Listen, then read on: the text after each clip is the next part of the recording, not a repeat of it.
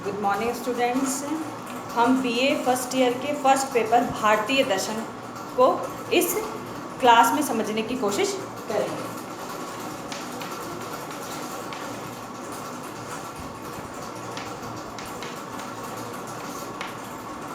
हम सब जानते हैं कि मनुष्य एक चिंतनशील प्राणी होता है।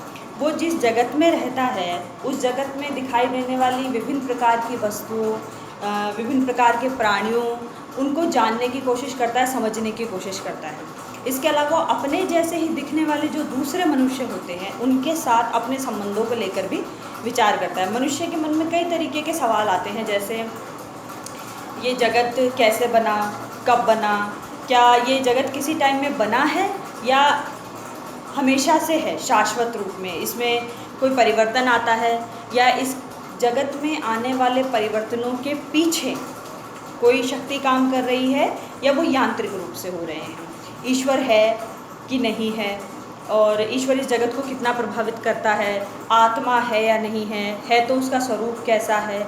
मतलब जब मनुष्य अपने आसपास दिखने वाली वस्तुओं, इसमें वो खुद भी शामिल है, इन सब पर और इनके स्वरूप पर विचार करता है या इनके वास्तविक स्वरूप को जानने की कोशिश करता है, तब हम कह सकते हैं कि एक तरीके से वो दर्शन के क्षेत्र में होता है या वो दार्शनिक समस्याओं पर बात कर रहा होता है या वो दार्शनिक विचारों पर बात कर रहा होता है।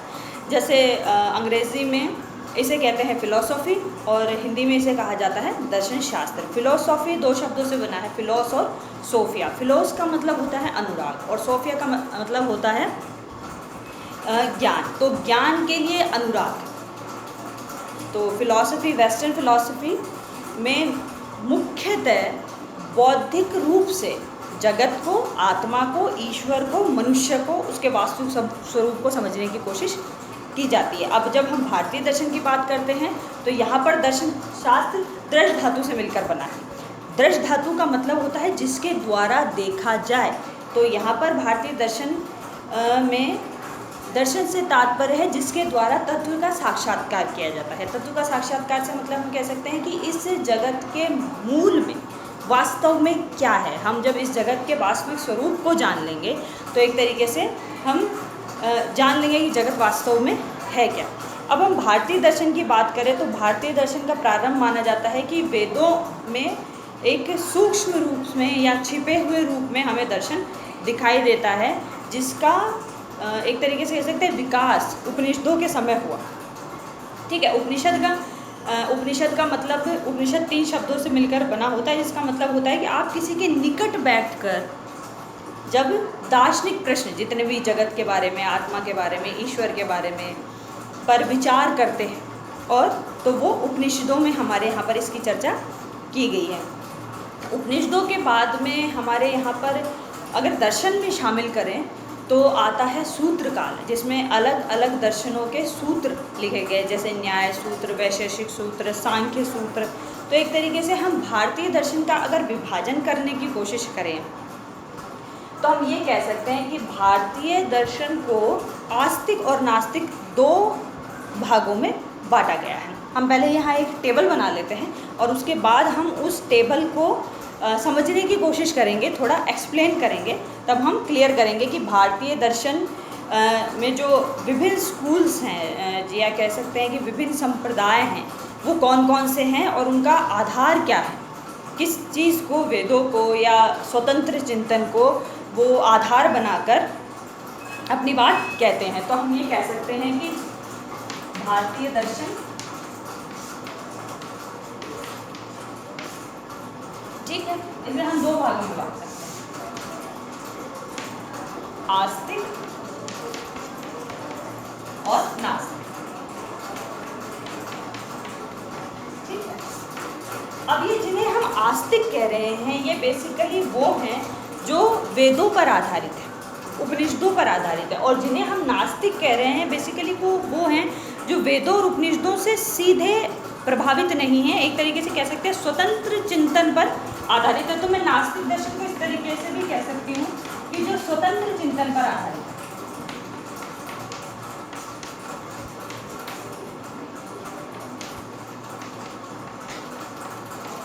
ठीक है, और इसी तरीके से अगर हम आस्तिक की बात करें तो हम ये कह सकते हैं कि जो वेदों या उपनिषदों पर आधारित है। तो मूलतः कह सकते हैं जो वेदों की प्रामाणिकता को विश्वास करता है। अब वेदों की प्रामाणिकता से मतलब यहाँ पर क्या है? वेदों की प्रामाणिकता से मतलब यहाँ पर है कि वेदों में जो कहा गया है वो सही है और उसी को प्रमाण मानकर हम अपनी बात आगे कह रहे हैं, हम अपनी बात का आगे विकास कर रहे हैं, ठीक है, या अपने विचारों का विकास कर रहे हैं। तो इन्हें हम कह सकते हैं वेदों पर आधारित।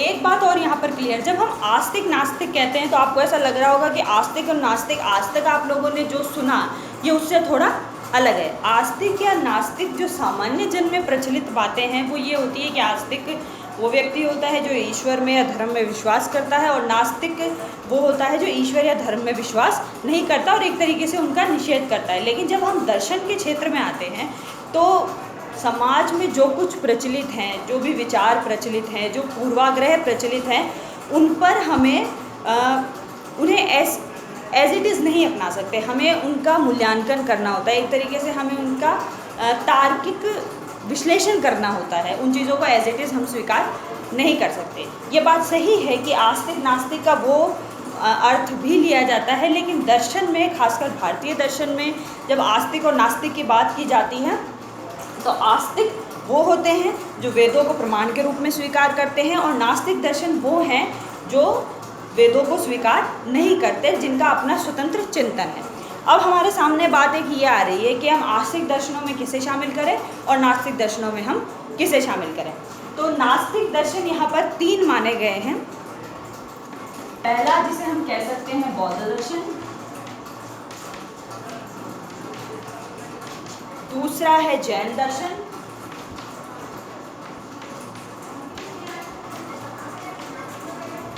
और तीसरा है चार्वाक दर्शन, जिसे लोकायत दर्शन भी कहा जाता है।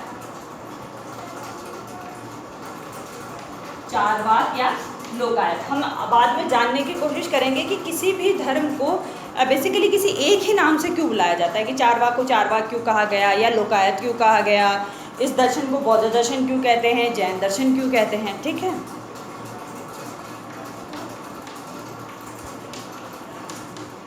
ठीक है लोकायत। अब अगर हम आस्तिक दर्शनों पर आएंगे तो आस्तिक दर्शन यहाँ पर बेसिकली 6 हैं। मैं यहाँ लिखती हूँ। पहला सांख्य दर्शन, ठीक है, दूसरा हम कहते हैं योग, तीसरा हम कहते हैं न्याय, चौथा हम कह सकते हैं वैशेषिक,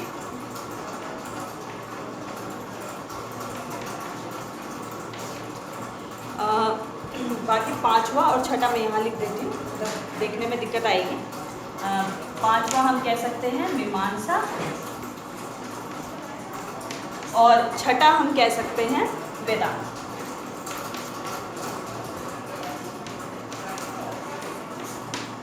अब हम बेसिकली इन दर्शनों को समझने की कोशिश करते हैं कि इनके नाम इस तरह क्यों पड़े। तो सबसे पहले हम आस्तिक दर्शनों को ले लेते हैं। आस्तिक दर्शनों में सबसे पहले हम बात करते हैं सांख्य दर्शन की। आस्तिक दर्शनों का सबसे प्राचीन दर्शन सांख्य दर्शन माना जाता है। कि इसको सांख्य क्यों कहा गया? सांख्य दर्शन को सांख्य दर्शन कहने के पीछे 2-3 तरीके के विचार प्रचलित हैं। जैसे सांख्य दर्शन की एक बात तो ये कहा जाता है कि सांख्य 2 शब्दों से मिलकर बना है, एक सम प्लस ख्या। सम मतलब होता है सही, ख्या का मतलब होता है ज्ञान। मतलब वो दर्शन जिसमें सही ज्ञान की बात की गई है उसे सांख्य दर्शन कहते हैं। इसके अलावा एक विचार ये भी प्रचलित है कि सांख्य दर्शन में 25 तत्वों की बात की गई है। तो चूंकि इसमें 25 तत्वों की बात की गई है जो संख्या से जुड़े हैं, इसलिए इसे सांख्य कहते हैं।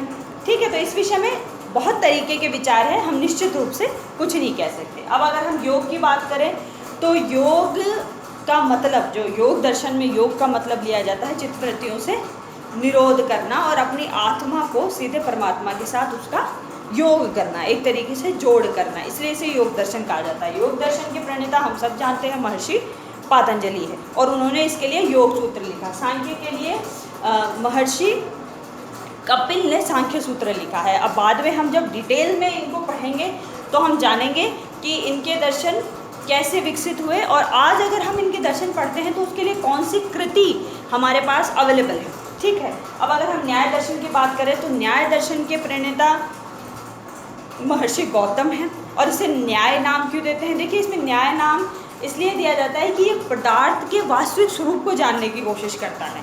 और आप पदार्थ का वास्तविक स्वरूप तभी जान पाएंगे जब आपकी दृष्टि जो है, आपकी दृष्टि यथार्थ होनी चाहिए, आपकी दृष्टि सम्यक होनी चाहिए, तभी आप न्याय कर सकते हैं या तभी आप वस्तुओं को उनके वास्तविक स्वरूप में समझ सकते हैं। ठीक है, इसलिए वहाँ पर 16 पदार्थों की बात की गई है, प्रमाणों की बात की गई है। उन प्रमाणों के आधार पर हम किसी भी वस्तु, जगत, आत्मा, ईश्वर, इन सब के वास्तविक स्वरूप को जानेंगे और उसके आधार पर न्याय या मूल्यांकन करेंगे, इसलिए इसे न्याय दर्शन कहा जाता है। उसके बाद हम बात करते हैं वैशेषिक दर्शन की। तो वैशेषिक दर्शन को वैशेषिक दर्शन इसलिए कहा जाता है क्योंकि इसमें 7 प्रकार के पदार्थों की बात की गई है और उनमें से एक पदार्थ है जिसका नाम है विशेष। उस विशेष पदार्थ पर आधारित होने के कारण इसे वैशेषिक कहा जाता है। और इसके जो प्रणेता हैं वो हैं महर्षि कणाद। ठीक है, अब अगर हम आ जाते हैं मीमांसा पे और वेदांत पे, तो मीमांसा का शाब्दिक अर्थ होता है तार्किक विवेचन या किसी भी चीज़ का तार्किक मूल्यांकन मीमांसा होता है। मीमांसा के बारे में, मीमांसा वेदों पर, जिसे कहते हैं ना, सबसे ज़्यादा डायरेक्टली वेदों पर कौन आधारित है या पूरी तरह वेदों पर कौन आधारित है, तो हम कह सकते हैं मीमांसा। मीमांसा सूत्र की रचना महर्षि जैमिनी ने की थी। ठीक है, लेकिन आज मीमांसा दर्शन को हम प्रभाकर और कुमारी, जो उनके शिष्य थे, उन्होंने जो ग्रंथ लिखे उसके आधार पर पढ़ते हैं। इसके बाद अगर हम वेदांत की बात करते हैं तो वेदांत नाम से ही पता चलता है, जो वेदों के अंत में आए वो वेदांत हैं। और वेदांत में भी बेसिकली, वैसे तो वेदांत बृहदारण्यक, जो बृहदारण्यक जैसे बहुत सारे उपनिषदों का सार एक ऋषि हुए थे वादरायण, उन्होंने उसका सार प्रस्तुत किया था ब्रह्मसूत्र नाम के एक ग्रंथ में। उस ब्रह्मसूत्र ग्रंथ को एक तरीके से हम कह सकते हैं कि उसकी व्याख्याएं वेदांत के रूप में हमारे सामने है। इसमें हम बेसिकली दो कह सकते हैं दार्शनिकों को पढ़ेंगे। एक हम अद्वैत वेदांत पढ़ेंगे जो शंकराचार्य का विचार है या शंकराचार्य का दर्शन है। ठीक है, और दूसरा हम विशिष्टाद्वैतवाद पढ़ेंगे जो रामानुजाचार्य का विचार है। विशिष्टाद्वैतवाद, इसको किसने? रामानुजाचार्य ने लिखा।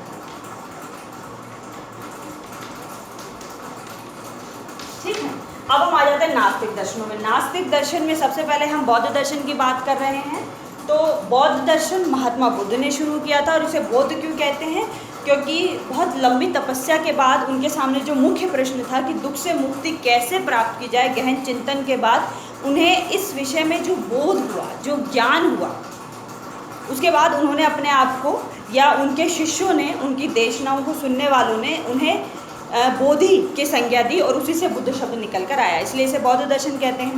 अब हम जैन दर्शन पे आ जाएं तो जैन दर्शन में जिस व्यक्ति को सम्यक विचार प्राप्त हो जाते हैं या जो तत्व के मूल स्वरूप को जान लेता है, या इसमें त्रिरत्न की बात की गई है, उन त्रिरत्नों का अभ्यास करके उन्हें प्रैक्टिस में ले आता है, वो जिन हो जाता है एक तरीके से, जिसने इंद्रियों को जीत लिया।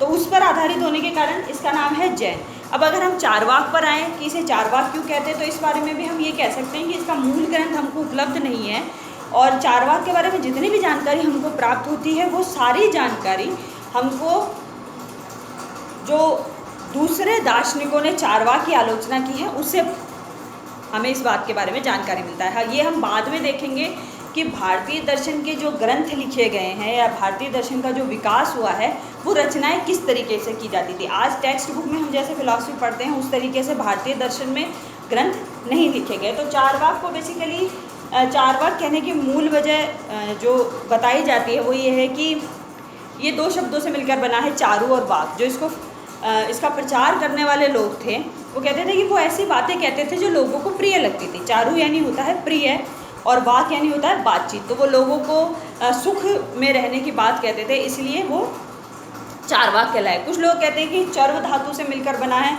क्योंकि उनका जो मूल सिद्धांत बताया जाता है, अब वो सही है या नहीं ये बात की बात है, जो मूल सिद्धांत बताया जाता है वो ये कहते हैं कि वो खाने पीने पर और आनंदित रहने पर जोर देते थे। तो जो चर्व धातु से मिलकर, चर्व धातु जिसका मतलब होता है चबाना, कहते हैं कि चारवाक उससे मिलकर बना है। अब चारवाक को ही दूसरे नाम से जानते हैं जिसे लोकायत कहा जाता है। लोकायत दो शब्दों से मिलकर बना है, एक होता है लोक और एक आयत। लोक यानी लोग, आयत यानी लोगों में फैला हुआ। तो लोकायत एक ऐसा दर्शन था जो एक तरीके से सामान्य मनुष्य से जुड़ता था, इसीलिए इसे लोकायत दर्शन कहा जाता था। तो इस लेक्चर में हमने मोटा मोटा ये देखा कि भारतीय दर्शन का जो विभाजन है वो किस प्रकार से होता है। अब हम धीरे धीरे कोशिश करेंगे, जैसे नेक्स्ट वीडियो में हम भारतीय दर्शन की विशेषताएं पढ़ेंगे और फिर हम एक एक दर्शन को जब इसमें उठाएंगे तो हम डेप्थ में बताएंगे कि किस दर्शन में किस तरीके की बातें कही गई।